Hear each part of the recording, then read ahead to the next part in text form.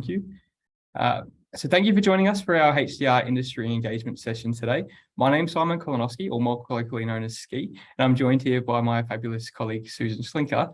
And together we're the HDR Partnerships Officers here in the Graduate Research Education Development team. Just some quick housekeeping before we actually get started.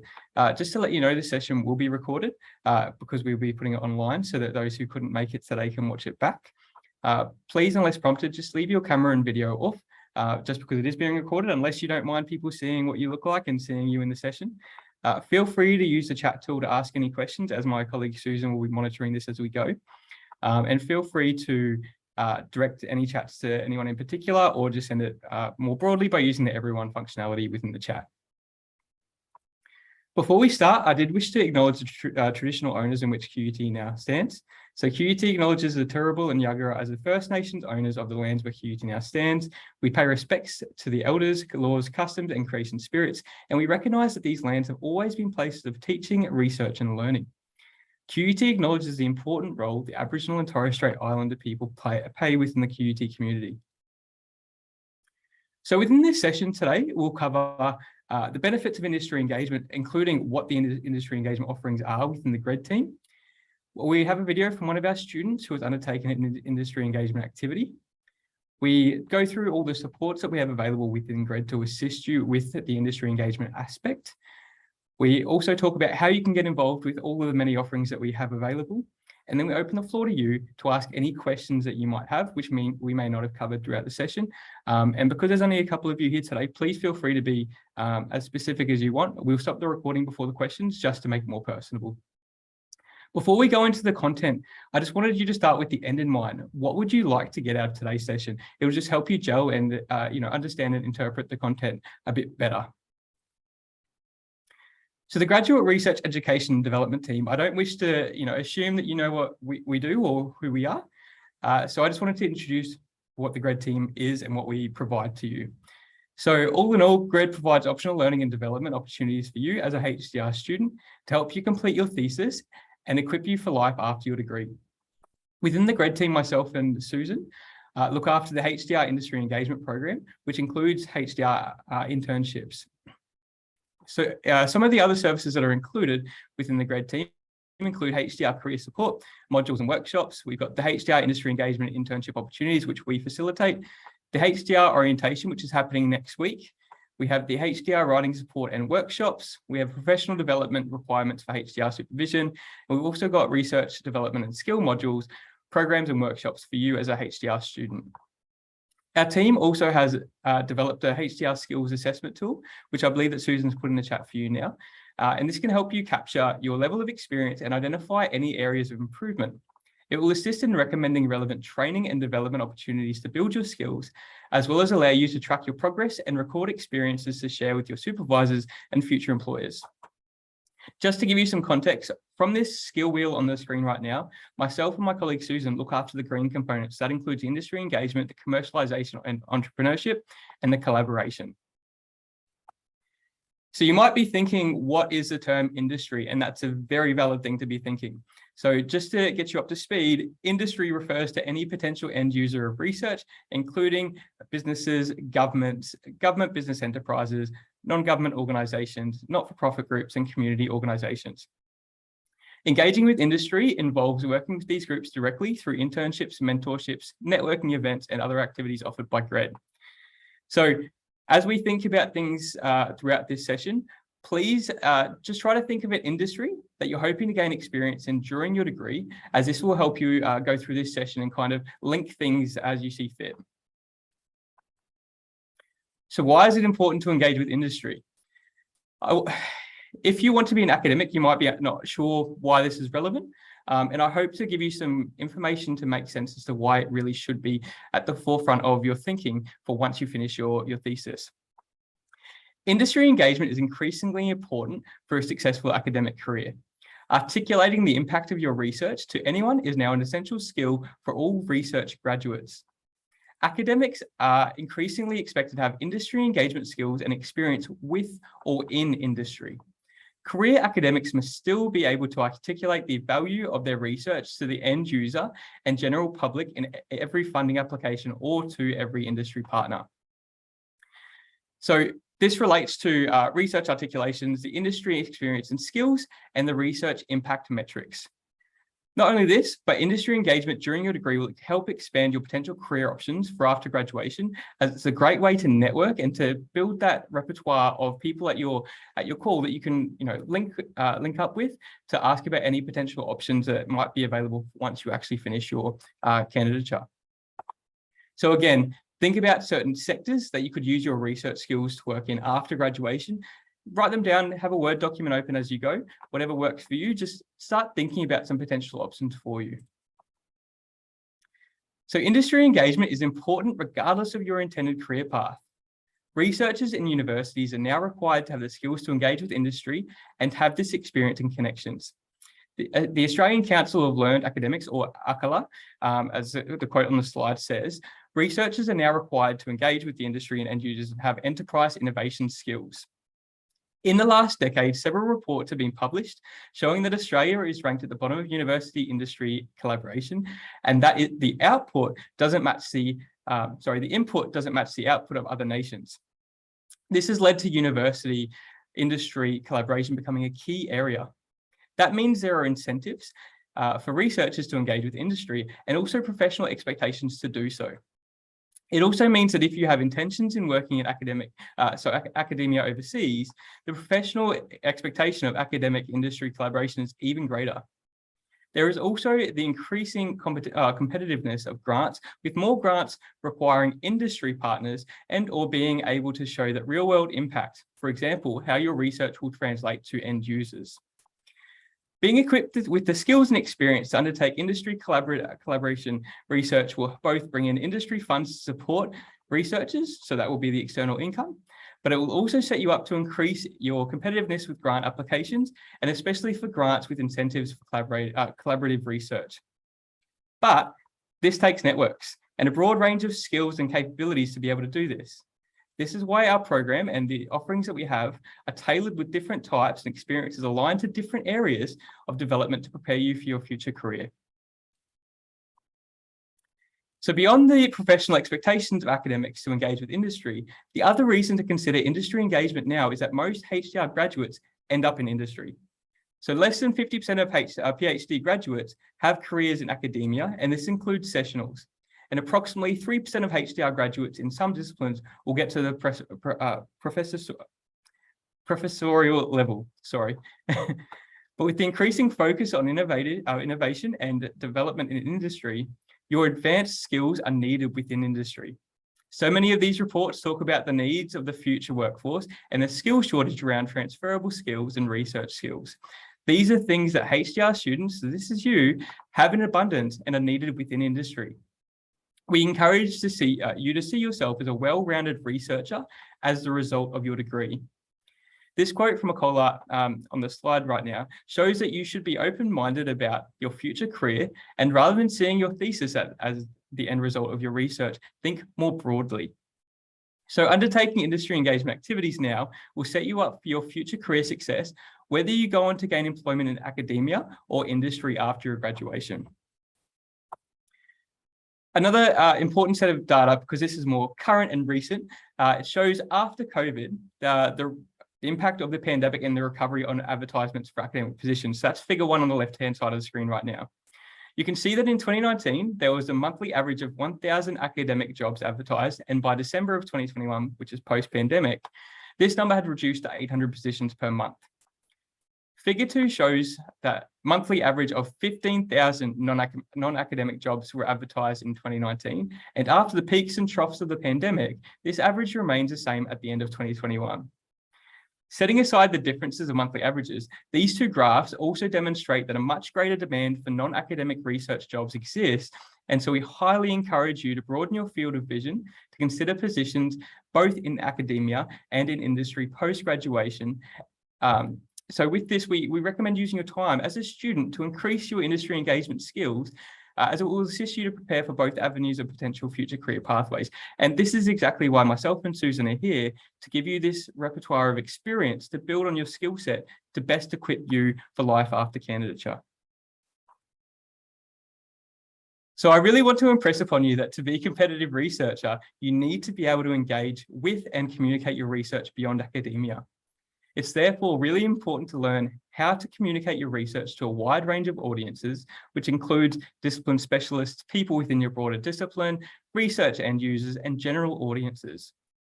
It's simply no longer enough to only publish in academic journals and conferences. You need to connect your research with wider audiences and have a wide range of skills to be able to connect with industry.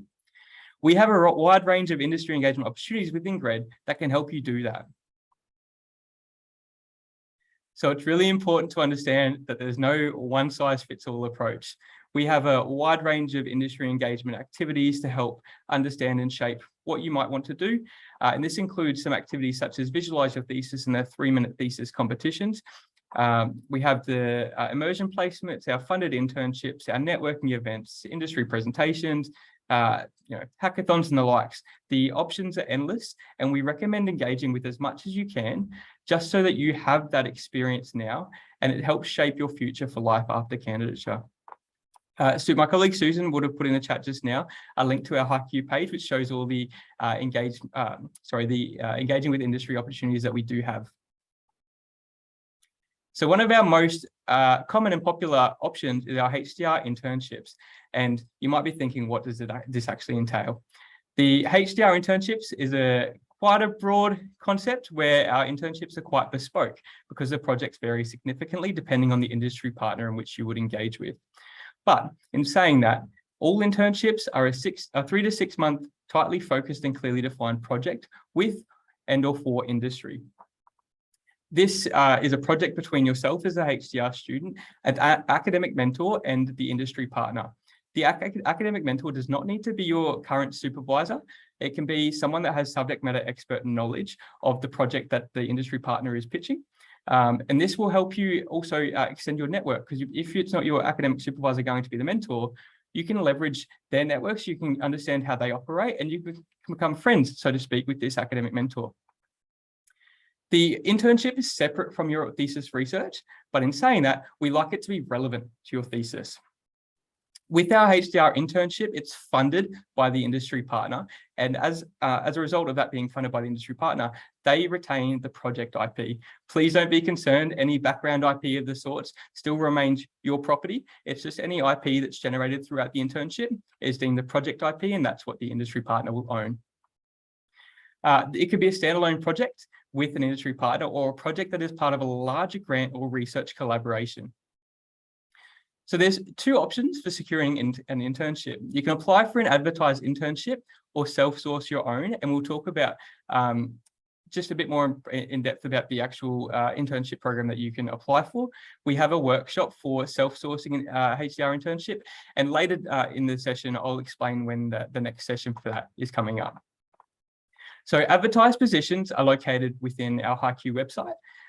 And if you register for our industry engagement registration form, we'll also alert you to any internships that come up that we don't advertise. And the reason for that is because sometimes we have an industry partner that requires a HDR intern within a short amount of time, and we simply don't have the luxury of being able to advertise this online, leave it open for 2 weeks, and then shortlist from there. So it's always good to submit your registration to let us know that you're interested. And then when we get those opportunities that need to be filled sooner rather than later, we can go through your profile and see if you're a good fit or not to let you know that this is available. On the screen is the eligibility criteria for undertaking an internship. So they're relatively similar in the sense that for all HDR degrees, you must have completed 6 months of your study. So for IF49 for IF80 and for KK59, you must have completed your research project proposal as well. And for IF49, you must have completed stage 2. And for ED11, you must have completed your work in progress stock. All this information can be found on the website that Susan's put in the chat for you guys right now. So if you want to have a look at this later, please feel free to do so.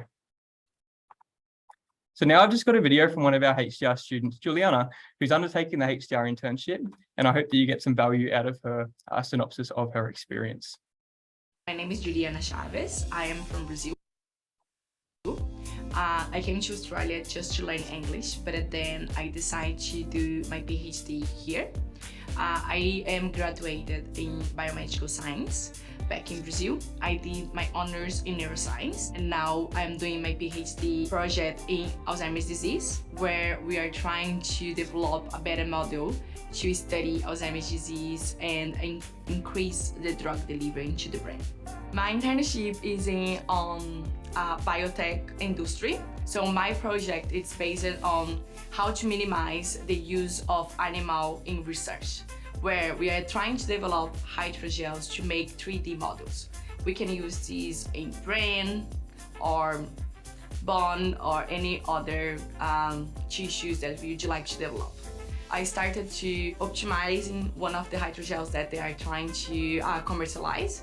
But then after a while, they decided that they had enough confidence on myself to actually work in something that they could help them more in the industry field in terms of quality control and research and development for one machine that they are trying to commercialize. I'm developing skills that I never had. Feels like I'm working, not just doing an internship. Like, they trust me, they give me like freedom to learn and develop my skills. All PhD students should use that time to try to develop their network, experience, and then why not do that as an internship?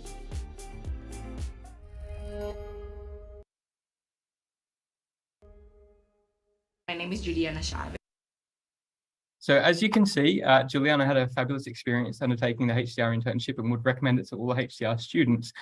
So if it's something of interest to you, definitely keep an eye out for the opportunities that are available, because something might be right up your alley, and we definitely want you to engage with the industry as much as you can and as early as you can to build up that experience and to get that behind your belt to make it as easy as possible for you once you finish your candidature. Another option available is our immersion placements. So with all the career options available for HDR students, placements are a chance for you to explore these in the real world. These can be in industry or other academic settings. So for example, exploring careers in the third space. Some of the examples include shadowing a CEO, exploring roles in a startup company, shadowing your mentor. So for example, IMNIS, reviewing an R&D department by shadowing a researcher, or shadowing a leading researcher. You can explore the variety of career pathways available to graduate research. These could be self-sourced placements, or it could be something that we source ourselves. And they're usually short placements, so 1 to 30 days. So these are slightly different to our internship program. With this, an informational interview with placement is recommended. Some of the process for the immersion placement is completing the relevant grad training, connecting with the industry for a placement, completing the pre-placement requirements, and submitting to your supervisor for approval. From there, myself and my colleague Susan would approve the placement to take place. And sorry, I'm just correcting myself. All these immersion placements are self-sourced. We don't source them for you. Sorry about that confusion. So there's a bit of flexibility with how these are arranged. So it can be a 1-day placement, a 1-week placement, it can be 1 to 2 days a week over a couple of months to gain an understanding of the development of the project. It's completely up to you. So work this in with the industry partner as best you can. We do recommend that any placement over 5 days is undertaken part-time, just so that it's realistic to undertake your placement and continue your candidature at the same time. Furthermore, your principal supervisor must approve your placement timeline before you submit it for consideration. This is really important, as we don't want to jeopardize your thesis. We want to make sure this will work in line with your thesis, and we don't wish to make it as complicated for you. So one of the prerequisites is coming along to today's session. So well done, you're almost there. We have an online program to support the immersion placement, and once you've met all the relevant prerequisites, you'll be given access to this agreement, which we can assist you with. The immersion placements are a great way to explore industries that you might like to work in after graduation, but also a great way to see what you don't want to do in your future career. One of our students said that she really wanted to work in a lab after graduation, so she undertook an immersion placement in a lab and realized that her expectations did not meet the reality of working in a lab. And from that experience, she was able to not waste any time on the lab vision for her future, but could easily shift her vision to adapt to something else that she might have liked to do after graduation. So this is why these immersion placements are quite, invaluable in the sense that you can get that experience without so much of the hassle in getting that up and running. So we also have the 3-minute thesis. So you may have seen some of our communications asking to register for this competition, or maybe register for our student showcase. This competition is basically talking about your research in a very short, succinct 3 minutes in a more easily understandable context, so the general audience can understand what you're actually doing with your research.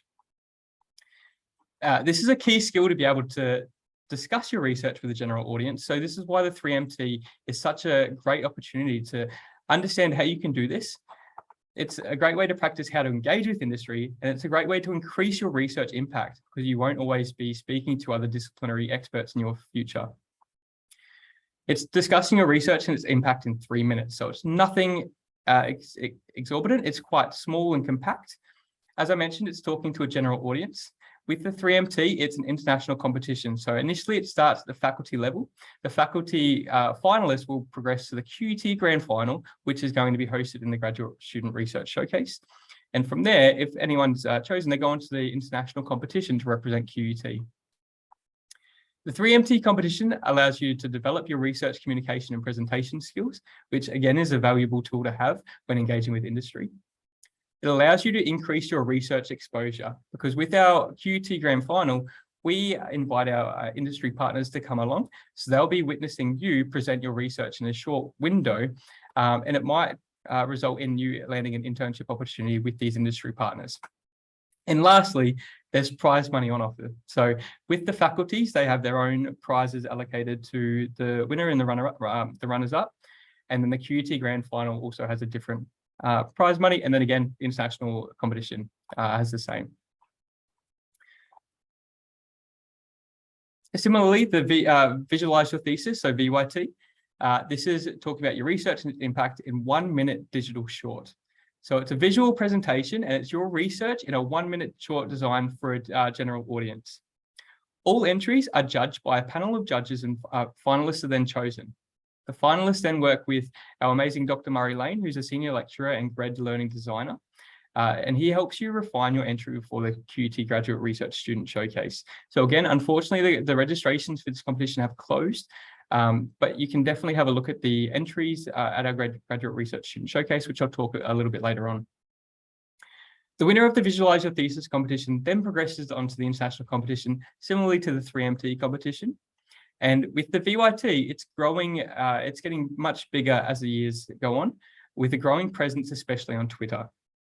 So again, the VYT is designed to target a general audience. So it's free from any jargon and very scientific terms. It's the international competition and it develops your research, communication, and presentation skills. Again, increases your research exposure, and also there's prize money on offer for that as well. The 3MT and VYT are both activities in research communication. While they are competitions, they are first and foremost about training you to develop your research communication skills. And you might be asking, why is that important? Research communication is defined as the process of interpreting or translating complex research findings into a language, format, and context that non-experts can understand. It goes way beyond mere dissemination of research results. Liz mentioned, the editor-in-chief of The Conversation, said this great quote about the importance of research communication in a workshop she held last year about how to pitch for The Conversation. So she mentioned many people in industry don't have PhDs, and it doesn't mean that they're stupid or they need to be patronized. It does mean that you need to cut through the jargon of your field to be able to communicate your research in plain terms to a broad, non-academic audience. Smart and curious people won't be able to engage if they can't understand what you're saying. So very, very important message from Liz Minchin, which I hope that you take home from this workshop today. Just as a fun fact, Liz was also our panel chairperson for judging for the 3MT competitions in 2021. So research communication goes beyond the traditional research process of conducting research, writing up results, and publishing in academic journals or conferences, but is about connecting your research with a much broader audience. This helps to not only disseminate your message, but also connect your research with the end users. So for example, those who will use your research and benefit from it. So we really encourage you to participate in both the 3MT and the VIT competitions to be able to help you develop your research communication skills.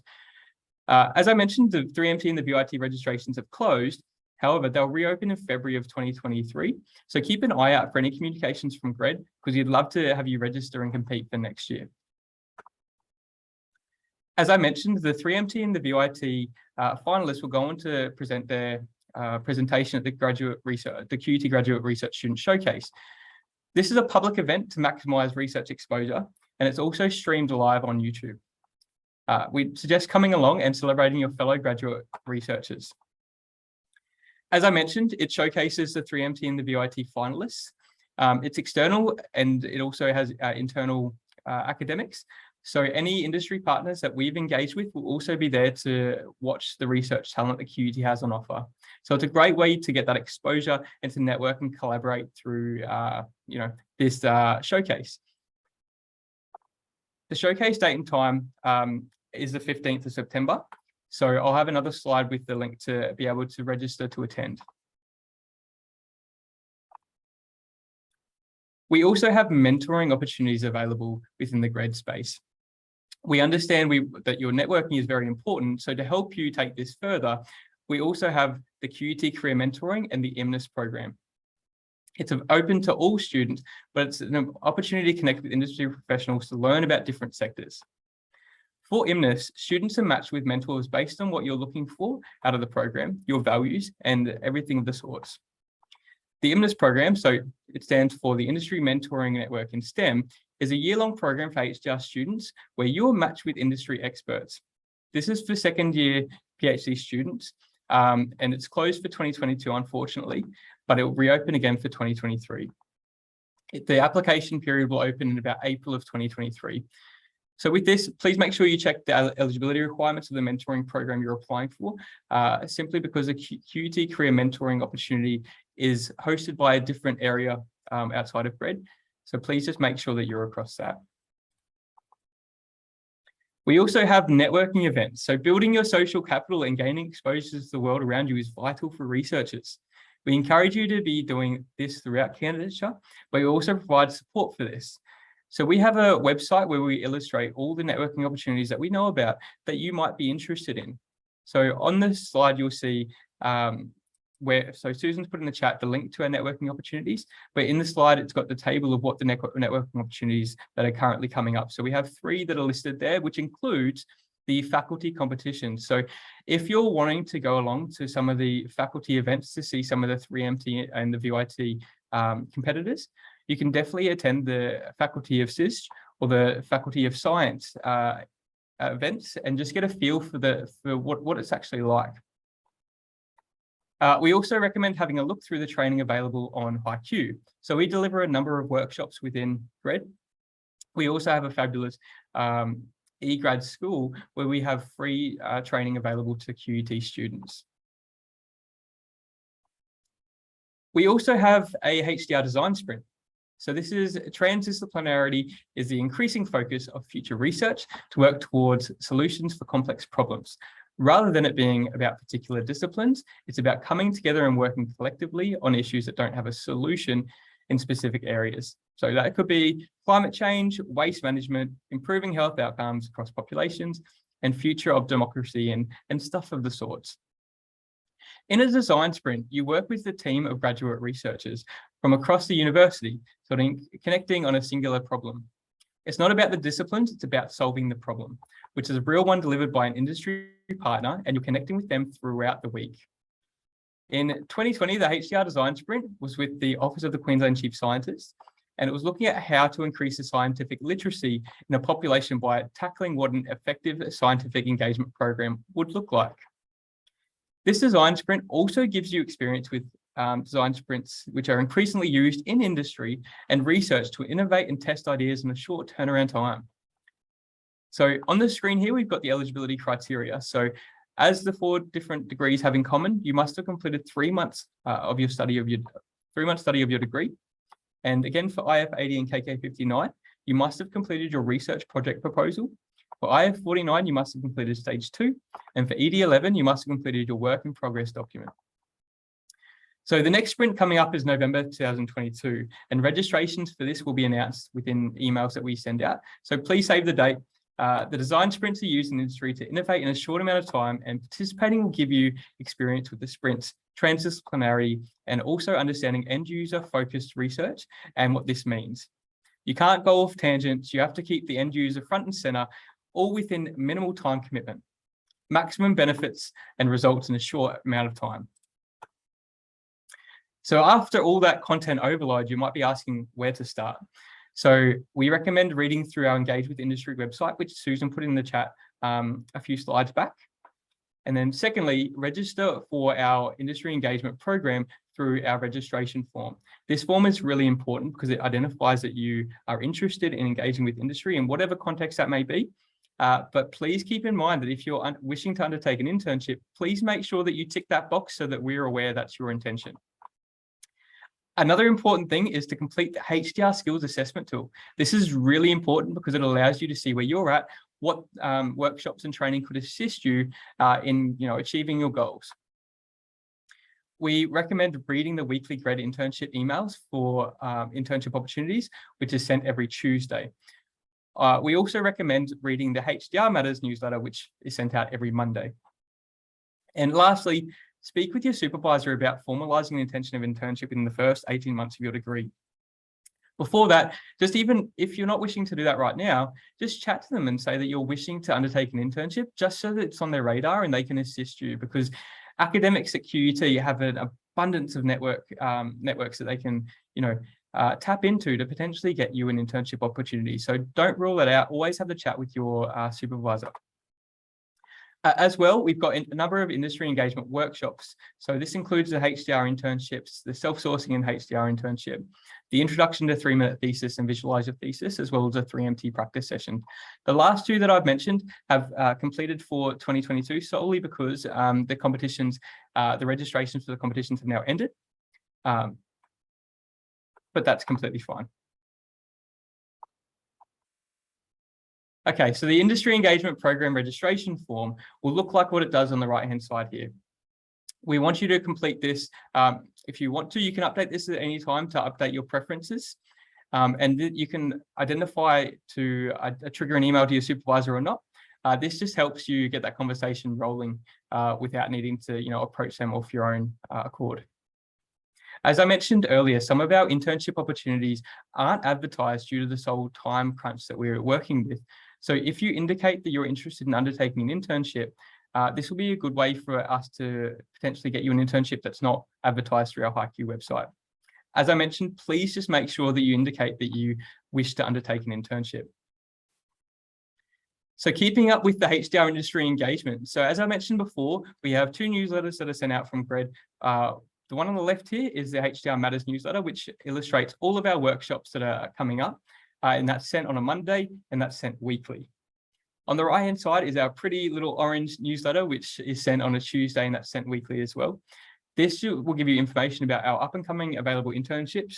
It also illustrates any other opportunities such as the Women in STEM scholarship that was open a few months back. Just some of the other opportunities that don't necessarily fit into an internship. As you will see on the screen here, there's a register your interest button within this newsletter where we talk about our third-party provider HDR Intern. We have our own register your interest functionality, which I spoke about in the previous slide. But if you're interested in undertaking an internship, we also recommend registering for the HDR Intern general application form, just so that they could do the same with their internship model. We have a number of upcoming sessions. So on the 3rd of August, we've got our HDR internship. So if you wanted to learn more about that and take a deep dive into what this actually includes, please feel free to join us. That's Wednesday, 3rd of August from 1 till 2:30. And the next session after that is on the 21st of September, where we discuss how you can go about self-sourcing a HDR internship. And that session's from 10 a.m. to 11:30. We do have a number of other internships available, so please feel free to look at the link that we have on the screen just to see all the available options that you might wish to attend. Before we wrap up this session, I would love for you to give us some feedback on this session. Your feedback is anonymous and it should be quick, but your feedback will help us shape this session a bit better. So if there's something that worked, something that didn't work, please let us know, because this feedback will help us make this session better for future cohorts. Like I said, it's anonymous, so you can be as brutal as you'd like. I'm not going to judge. So Susan's put in the link in the chat just now, or if you'd rather scan the QR code, just whip out your phone and get the camera up out. Either option works fine. So the Graduate Research Student Showcase, as I mentioned before, it's where the 3MT and the VYT finalists will be presented.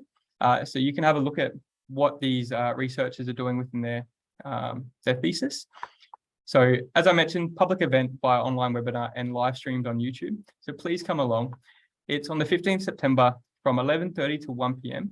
And Susan has put in the chat just now the link to register. So if you already haven't, please, I'd recommend you doing so. It's such a great opportunity and it's going to be amazing this year because we've got some wonderful competitors. So it's going to be quite interesting to see who will be crowned the successful winner this year. As I mentioned earlier, we also have our eGrad school. So this school is where we've got online learning, which is really diverse and can help you throughout the life cycle of your candidature. With this school is utilised by other universities across Australia, and they have to pay money to utilise our resources. But you as a QUT student means that QUT will fully cover your enrolment costs. So this is free professional development. So absolutely have a look at what's available and make use of as much as you can, obviously given your time constraints, but definitely recommend having a look at what's available and what might be of use to you. So I believe that Susan's put in the chat just now a link to all the available sessions. So have a look through that and register for which ones you might be of interest. Lastly, we have a Business and Law Careers Week. So this is not hosted by GRED, but rather the faculty itself. So from the 1st to the 4th of August in 2022, the Business and Law Careers Week will happen. And we'll talk about career pathways, engaging with industry, and developing your employability skills. So with the registration you can attend on campus, you'll receive a free coffee. I don't know if that's going to pull your leg and get you along to attend, but we definitely recommend having a look at what's available. And with that, I'd just like to say that the GRED Partnership Officers are here to help. So that's myself and Susan. We're a friendly bunch. We try to make ourselves look approachable. So definitely reach out if you have any questions about anything.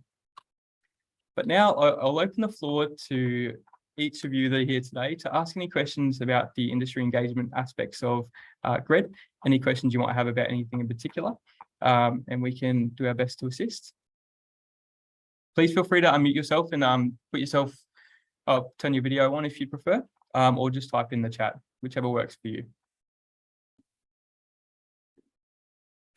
Hi, I'd like to ask a question if possible, just about the internships. I'm just wondering, is it a pretty sort of loose format in that you can do it like part-time, or do you sort of set out as like, okay, I'm going to do this for 3 months sort of thing?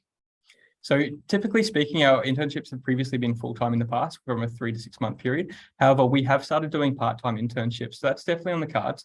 It would just depend on the specifics surrounding that. So we can definitely have a chat offline if you've got an industry partner in mind, and that's something that you're currently playing with. At the very, very beginning, so you're just interested to see. And then so they sort of say within 18 months of beginning your PhD as well. Yeah, I'm thinking 1 year was May for me. So, yeah. So just with that, you can undertake an internship at any point in your candidature. We just recommend earlier on, just so that you have that industry engagement experience behind your belt early on in the piece. Because how the internship program works is you can undertake one internship during candidature solely because of QUT limitations with the unit that we enroll you into. And one internship under examination. So how we proposition this to you as HDRs is engaging with industry early on, and then keep that contact there. And then once you're close to going under examination, link up with that industry partner again to see if they would be willing to host another internship. And what can happen from there is potential employment after the fact. Mhm. So that's why we try to do that. Yeah, and so because I know that it's QT arranges for it to be funded as well. Is that sort of like, hey, this is the minimum, or does okay. Yeah, so the amounts that we request from an industry partner are the minimum, and that's because the funding that we request is on par with the normal scholarship payments that you receive as HDR students. Yeah. But by all means, we're happy for industry partners to fund more if they're wanting to. Yeah. We're not going to stop them from doing so. Yeah. So if you're looking to self-source and they're willing to pay, to fund more than what we request, that's completely okay. Yeah, well, I work in modern slavery, so I'm like, I'm worth more. Sorry. Yeah, and that's completely fine. We encourage you to do that, to engage with the industry partners to see if they're willing to fund more. But that's completely up to you guys. Okay, very interesting. Okay, thank you so much. That answers my questions for sure. No worries at all. You're very welcome.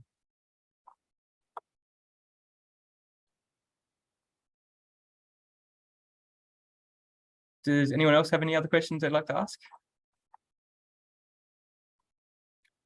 Okay, Miku, the HDR has a 4-year limit. Is that correct? If a student is already at 4 years into the study after taking a 1-year leave, is a student still able to do the HDR internship? Miku, that would really just depend on where you're at with your candidature.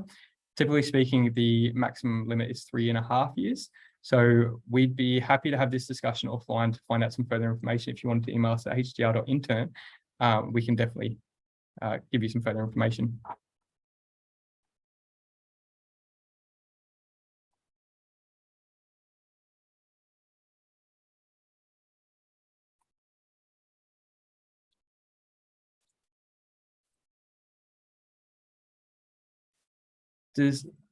I've just submitted my PhD thesis for examination, wondering is it possible for me to apply for the HDR internships? So sorry if I say this wrong, Alimilla. It would just all depend on the timing. So again, if you'd like to email us at hdr.intern, we can definitely look into this for you to see your eligibility. Because I'd hate to say, yes, absolutely you can, without being completely, You want to say something, Susan? Yeah, I might just jump in there with some information that might help. For anyone who's under examination currently, so one of the rules that we have for internships is that students need to be actively enrolled throughout the whole internship period. And we can actually do that by having the Graduate Research Centre not mark your final submission until you're finished the internship. So I definitely wouldn't sit on it. We really encourage organising internships. The earlier, the better. Earlier in candidature, earlier everywhere. So I wouldn't sit on it.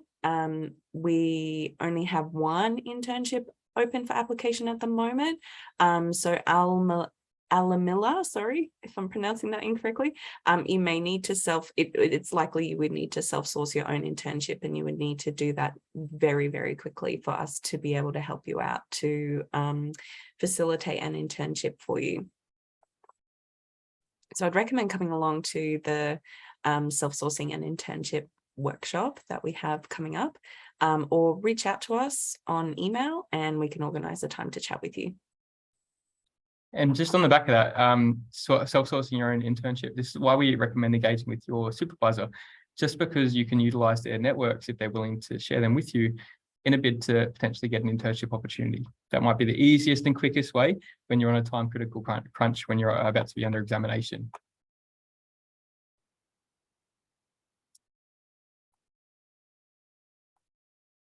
Is there any other final questions before we conclude today's session? As mentioned, if you'd prefer to ask a question offline, feel free to email us at hdr.intern and we'll endeavour to get back to you as soon as possible.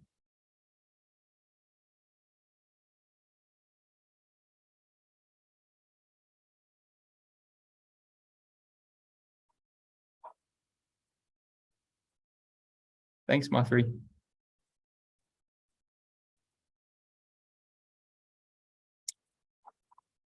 All right, well, I might conclude today's session then. If anyone that's still here has any further questions, please feel free to email us and we'll help out as best we can. Thanks, everyone.